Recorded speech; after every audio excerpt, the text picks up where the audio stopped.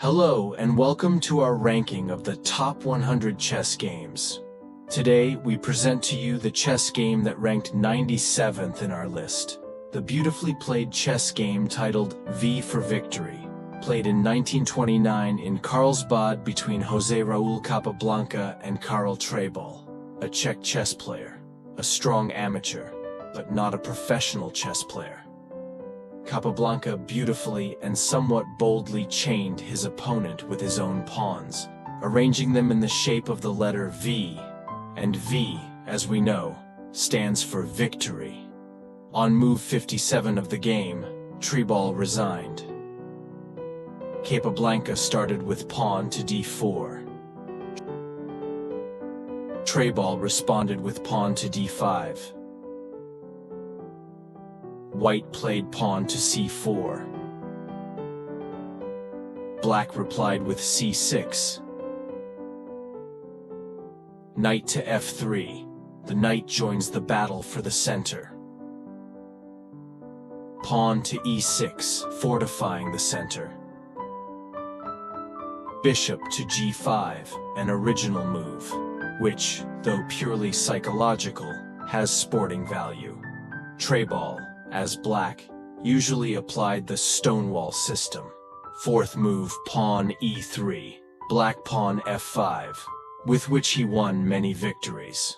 But with the exchange of the dark square bishops, its weaknesses, vulnerability of the black squares and stability of the pawn structure, become especially pronounced, which is why Capablanca offers this exchange. Bishop to e7, black defends their queen.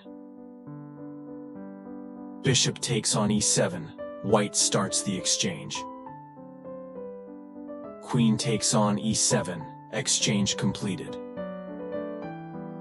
Knight from b to d2, strengthening the center. Pawn to f5. In just 5 moves, black has presented 3 different challenges to their opponent. After the second move, white was preparing to play the Slav defense. After the third, the Queen's Gambit. And now, a new surprise, the Dutch Stonewall. As a result, the board sees a unique blend of 3 openings, and the absence of dark square bishops only facilitates black's game. Pawn to e3. White starts to build the wall. Knight to d7. Treybal makes a mistake. Knight to f6, castling. And then knight to e4, and knight to d7 would have been better. In this system, the black knight should occupy the e4 square. Otherwise, the move f7 f5 loses its meaning. Bishop to d3. Capablanca plays accurately, avoiding mistakes. Knight to h6. Now it's too late to play knight to f6, because white's pawn takes on d5. And black is forced to take the pawn c, opening up the file for the opponent's rooks. White castles. Black also castles. Queen to c2, preventing the knight from d7 to go through the route f6 e4. Pawn to g6. The main problem for black is the development of the light square bishop, which is possible in case of the breakthrough e6 e5. But for now, Treybal, as it seems, decides to sit behind the stone wall. Rook on a2 b1, with the intention of organizing an attack on the queen's flank through b2 b4 b5. By weakening the king's flank and making a counterattack there impossible for black, white begins a typical pawn attack on the queen's flank. And in our time, such a method of combating the stonewall is considered the best. Knight to f6. Black doesn't lose hope to occupy e4. Knight to e5. White occupies the center. Knight to f7. Treybal tries to exchange his weak knight for white's active knight. Pawn to f4. White strengthens their center. Bishop to d7. In case if black captures the knight on e5, Then pawn f takes on e5. Knight e4. Bishop takes knight on e4, and then blacks have a tough choice. To allow the white knight after pawn, d takes e4. White pawn on c5 to settle on the d6 square, restricting their maneuvers. Or after pawn af takes on e4. White rook takes f8. Check queen takes rook on f8. White rook on f1. To allow the opponent's heavy pieces to invade one of the flanks. Knight from d to f3. Capablanca brings the second knight into the game. Rook f to d8. Pawn to b4. White continues to lock black by building a wall. Bishop to e8. Black's pieces are very poorly positioned on their half of the board. Rook f to c1. White brings the second rook into play to fight on the queen's flank. Pawn to a6. Black tries to close the flank. Queen to f2. Knight takes e5. Black starts exchanging knights.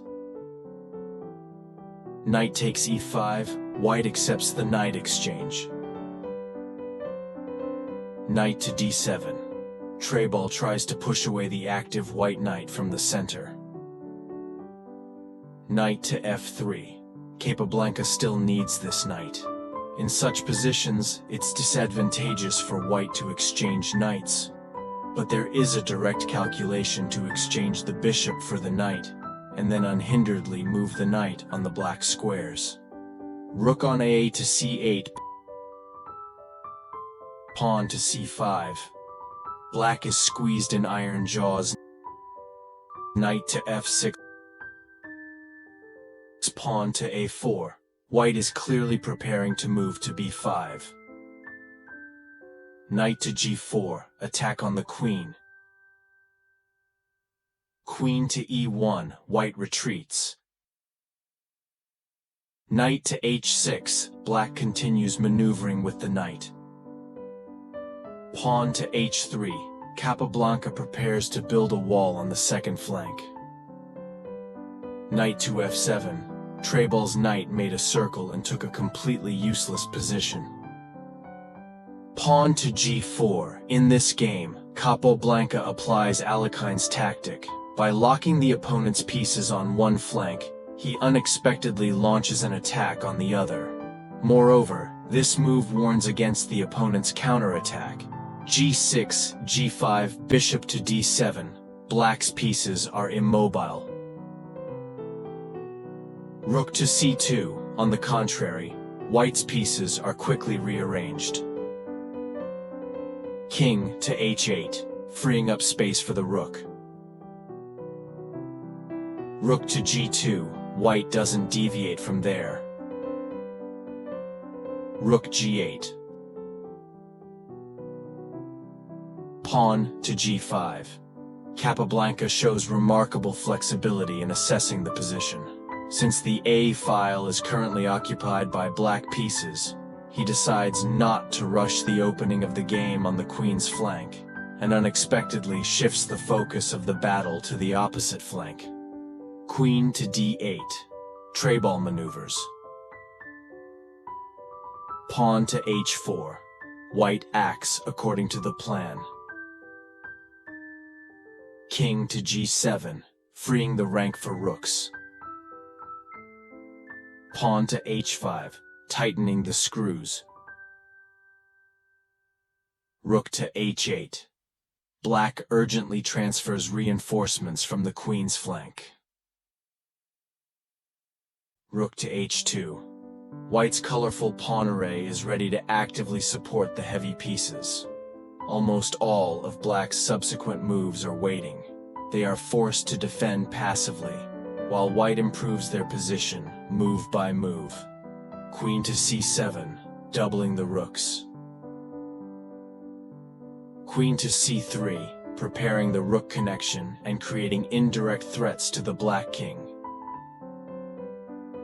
Queen to d8. Black has no good moves. King to f2, freeing a square for maneuvering.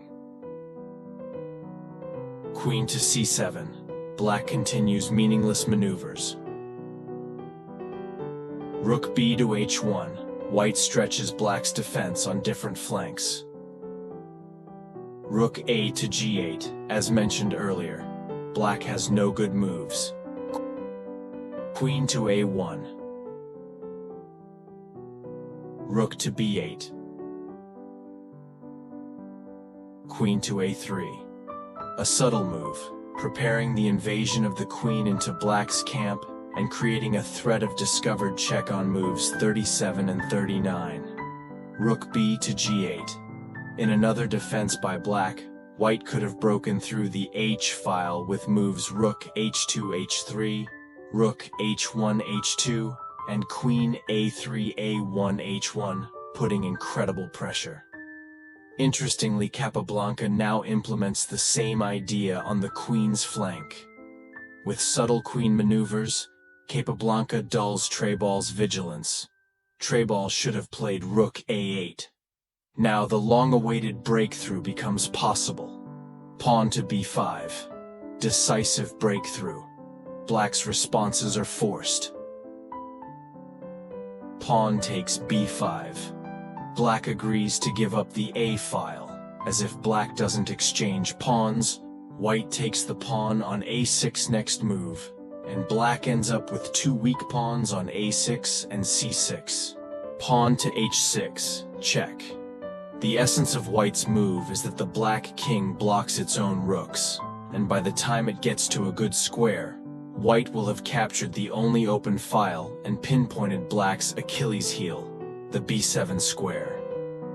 King to f8. Pawn takes b5. King to e7. If black takes the pawn on b5, then white moves the pawn to c6 next move, with a hidden threat, winning the bishop. Pawn to b6. Capablanca completes the formation of his famous V victory. Queen to b8. Treybal removes the queen from the line of fire, once again blocking the rank. Rook to a1. Rook to c8. Queen to b4. Capablanca foresaw that without maneuvering space, black wouldn't be able to withstand the impending blow on b7. Now white's win is a matter of technique, as their rook invades the a7 square. Rook h to d8. Rook to a7. King to f8. Rook to h1. Bishop to e8. Rook h to a1. King to g8. Rook a1 to a4. King to f8. Useless moves by black. Queen to a3. Concentrating all white heavy pieces on the a-file doesn't allow any of the black rooks to leave the 8th rank because of the threat of rook a8. King to g8. The black king wanders sadly through its apartments, listening to the salvos of the approaching cannonade. King to g3. Bishop to d7. King to h4. Capablanca warns of the possibility of sacrificing the knight on g5, and by taking walks with the king, buys time to consider moves. King to h8. Queen to a1. King to g8. King to g3. King to f8. King to g2. Bishop to e8. Knight to d2. A decisive maneuver. The knight moves to a5, and black cannot defend the pawn on b7 with the rook, as it would be met by knight takes b7 and rook a8, winning the queen. Bishop to d7. Knight to b3. Rook to e8. Knight to a5. Knight to d8. Seemingly black defended themselves half-heartedly, but... Bishop to a6. The final combinative blow crowns white's brilliant strategy. Black is forced to take the bishop. It's rare to see such a colorful spectacle on the chessboard. All white pieces, except the king, on one extreme vertical, and in contrast, all black pieces, except the bishop, on one extreme horizontal. Geometrically, these battle lines, forming two sides of a square, are certainly equal, but in terms of combat value, they are far from equal. Pawn takes bishop on a6. Rook takes bishop on d7. Rook to e7. Rook takes knight on d8. Check. Treybal resigns because if the rook takes the rook on d8, white responds with knight takes c6, forking 3 pieces, and black's position is hopeless. Unnecessarily opting for the stone wall strategy at the beginning of the game, instead of a more common defense, put the black player in a precarious position. Their position, seemingly strong, actually limited their opportunities for active play. While this choice might have worked against a less experienced opponent, it proved to be a mistake against a master like Capablanca. Nimzowitsch described Capablanca's technical perfection in this game as enchanting grace. And indeed, it's very beautiful. If you enjoyed this video, please like it, subscribe to updates on this channel, hit the bell icon, and don't forget to leave your comments. And most importantly, remember that chess is not just a game, it is art. Let's study the masterpieces of this art together.